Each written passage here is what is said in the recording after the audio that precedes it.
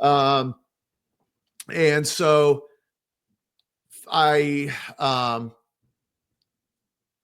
when was it? February 23rd, 2022, FBI shows up at my house. I wasn't there. Now, at this point, I started my own company. I was doing a digital marketing agency and doing some like digital health stuff. So I was always working from home. But I had a doctor appointment that morning, and I'd never go to the doctor, but I had a doctor appointment that morning, and I'm in there and my phone rings, and it's my wife.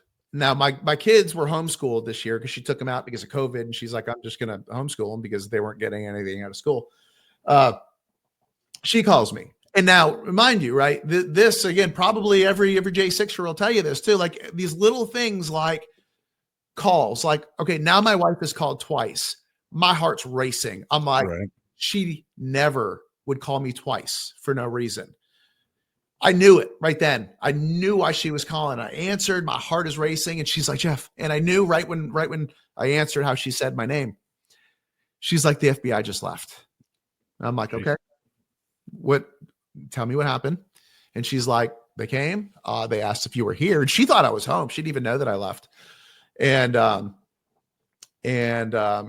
she's like, I think so. She's like, I was so scared. I didn't know what to tell them. And, during this time, like I was very scared too. Like, things that, and I was trying to really stay very strong and stoic during this time because I didn't want her to see me scared or anxious. Right. So there were a lot of things that it was like, I didn't want to tell her like, hey, if the FBI comes, here's what you should say to them and make her worried. I know that she was worried enough.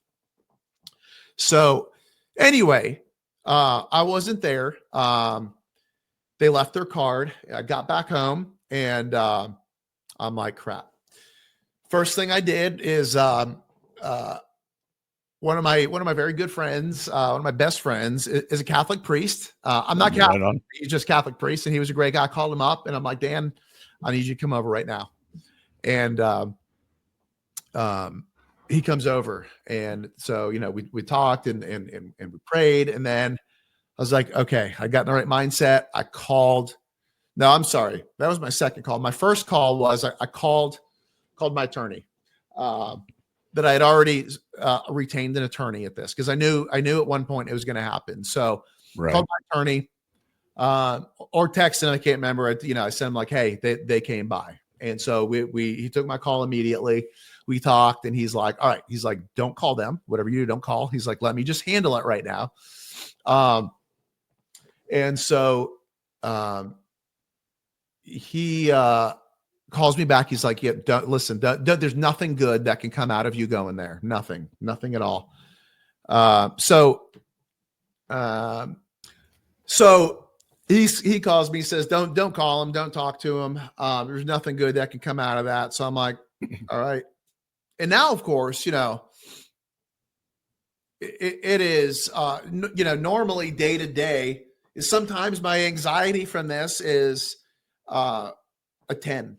On a scale of 1 to 10. Some days it's like a 6, right? But I can tell you this: there was not a single day where this wasn't the prevailing thought in my head throughout the whole entire day. And if you were a J6er that hadn't been arrested, and it wasn't, well, then you're built different, or you just you had nothing to lose. Again, and I think it's different. Had if I were single. And didn't have, it would have been probably a whole different story. Right. So I don't hear anything for a year. And a year to the day, I get a call. I'm sitting in my office and I get a call and it's my attorney. And listen, that's about the worst call that you can get, right? Because my attorney's not calling me just a year later, just to, see if I want to buy Girl Scout cookies from his daughter. Right. So he calls and I think it hung up. It rang like twice and hung up. I was like, what the crap? I'm like, maybe he butt dialed me. Maybe it was, he called the wrong person. And I'm just, I just sit now my heart's racing and I'm just praying, Lord God, please, protect me, whatever your will is, blah, blah, blah, just nonstop. And so it was like, I don't know, 10 minutes, I guess he calls back. It could have been, it felt like a year, honestly. Right. He calls back and he's like, all right, Jeff, now I've really only ever talked to this guy like one other time before, but he came highly recommended from several people that I trust that are attorneys.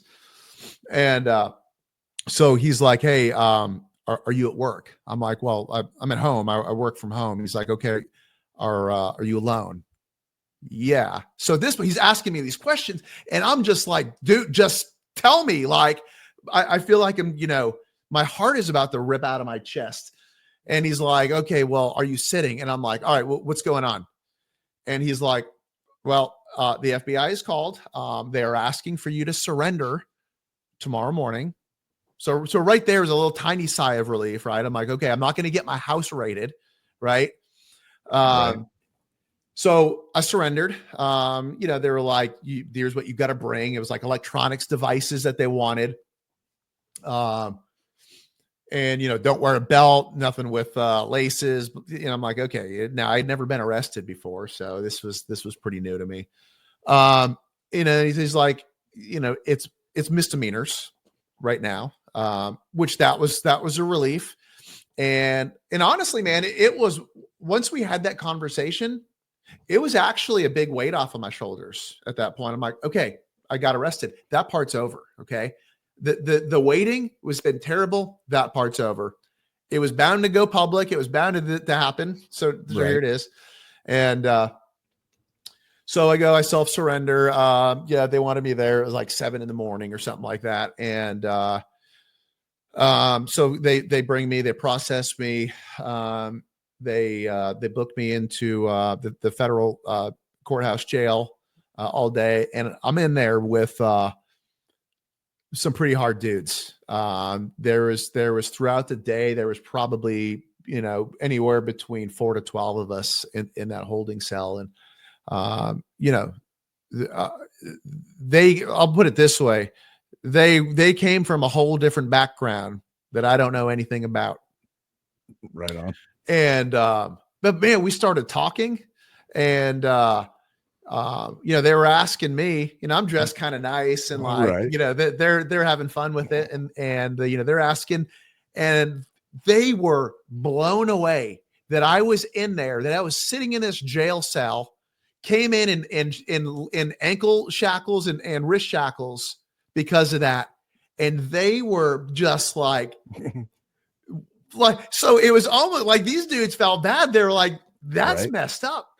And so anyway, there was another guy, he was going back for his sentencing. And so, again, like I self-professed Christian throughout my whole life. I actually grew up in the Catholic Church, but being outwardly professing my faith was something very new to me. It's just not something I did. Anyway, this guy's about to go get sentenced for some pretty serious gun charges, federal firearm charges. Right on. And I was like, dude, can I just pray with you?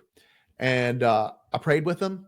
And man, everybody in that jail cell joined in on that prayer. You could and it was a beautiful thing. And this sounds weird, but that day that I spent in jail was the most peaceful, relaxing, like happy almost day that I had since January 6th, 2021. And it sounds insane that I felt so like free, alive, like a burden had been lifted on me because I was in jail. Still, it doesn't it defies logic almost. So anyway, I get out of there. My lawyer comes and they released me. We had a couple